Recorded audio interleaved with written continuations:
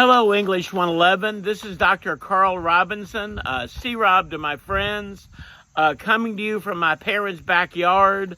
The camera is in the back of my dad's 2007 pickup truck. I was teaching in Texas, but my dad passed away about 3 years ago, so I came home to take care of my mom. This is Madison County. If you look over my shoulder, that's Route 15. But I wanted to shoot about maybe a 10-minute video introducing you to English 111, do a little bio about me, the structure of the class, and our readings, which I think you'll like. I grew up in Madison County. I went to Woodbury Forest High School, which is right across the road. I went to Randolph-Macon for undergrad. I love Randolph-Macon. I made a lot of friends. Still go to football games and stuff in the fall. I went to Virginia Tech for my master's. Did a lot of hiking, made a lot of good friends, a lot of bonfires, camp out, stuff like that. And then I went to Kent State for my PhD. Did some stand-up comedy. I was kind of a hippie. And my dissertation is the modern language of ring sport. It has to do with boxing and wrestling, why we play. Boxing in the old days, it's UFC now. Boxing, maybe two men fight, someone gets killed. What kind of person likes that? What kind of fan likes that? Versus professional wrestling is theater. What kind of fan likes theater?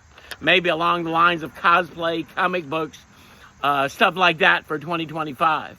I want to go over the structure of our class. We have 4 OER readings, which means they're already embedded in Canvas. You don't have to buy a textbook for the class. But we spend 3 weeks on each reading. There's usually 4 days where we talk about the book. I chat it up probably the first day, and then you help me the next 3 days. The 5th day, we do some group work where we break into groups, chat up the questions.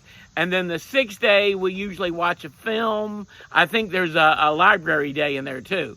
But basically 4 days on the reading, 1 group work day, 1 library day. Our 4 readings, which I'm pretty sure you'll like. I've taught them maybe 8 or 10 times before, sometimes at Germanna. The first reading is Richard Rodriguez's Achievement of Desire. He calls himself a scholarship kid. He's poor in California in the 70s. He sucks up to his teachers. He stays after class, sucking up. He becomes a professor. He gets a PhD, but he's kind of estranged from his family. He doesn't seem to have too many friends. Old school, when I taught Rodriguez, I would say, is he missing something? Is he missing making friends, going to football games, meeting his friends at a coffee shop or at the pub? His regrets. But I also taught this in Texas during COVID, and a lot of those students said, if everyone's on the computer now, you got to sit down by yourself and do your work. So kind of the way I taught this, the meaning changed a bit. Again, I used to say, is he missing something? Should you have more friends? Should you have more fun? But we'll talk about that. The second reading is Edward Said's States. It has to do with the Middle East, with Palestine and Israel. October 7th happened, and, there was Palestine bombed Israel, and a lot of people were murdered. At first, I thought my students at Germanna are going to think I'm smart. I'm on point. I picked something that the world is talking about. But to some degree, my whole life, Israel and Palestine have been fighting. And I don't want you to think I'm political. I want you to be a Democrat. I want you to be a Republican, because I don't. I did stand-up comedy to some degree. We read the pictures. It's like a prop for me. So we're reading another culture through the pictures, not political, but it's underdogs and overdogs, and maybe how the world reads Palestine. And Edward Said, the writer, lived in Palestine when he was young, United States when he was older, so he sort of knows both perspectives and how he thinks maybe a student in the United States might read his culture. Our third reading is Clifford Geertz, Deep Play, Notes on the Balinese Cockfight. To some degree, it's about sports. I used that writing in my dissertation, but it's comparable to reading a culture through sports. And I think that's cooler, that's more fun than reading a culture through politics, through religion, through money. It's a little bit like if someone from another country that maybe didn't have our social media went to a football game, went to a Washington Commander game. Could you read America in one day through the people at that Washington Commander game? Maybe, dudes that look like me, drinking beer, like beating on their chest. But it's reading a culture through sports. And kind of anything you wanted to talk about in relation to sports kind of fits into the reading. Women's sports, machismo, what do the Washington Commanders mean to the economy of Washington, D.C.?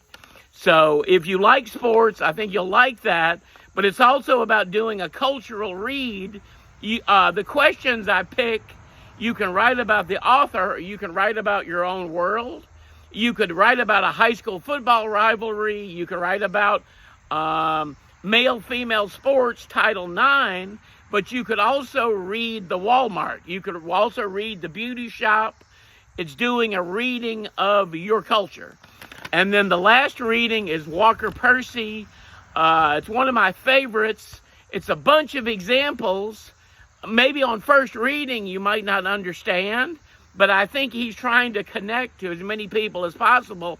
Maybe he tells it one way for the jocks, one way for the goths. He's giving you example after example.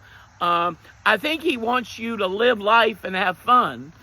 His last example, you're on vacation with your family, you find a seashell, it's really cool, you show it to your mom, you put it on the mantle, you're an explorer, but you go to a biology lab the next week, the professor puts that sea creature on the lab table, and like, bam, I'm not going to do it, the man's making me do it, it's part of the system, it's part of the package, you don't want to do it.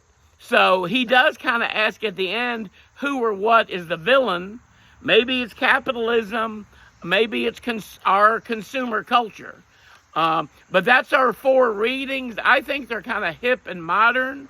The way the assignments work out, there's a 500-word homework assignment worth 100 points.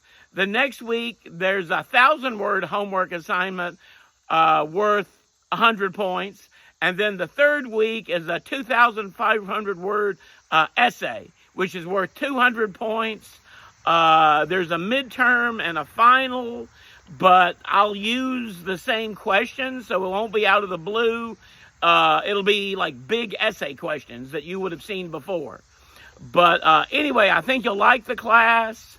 I don't think I'm a tough grader. I want you to have fun, like the class, make friends. So I will see you on August 25th at 9:30 in the morning. Okay, bye.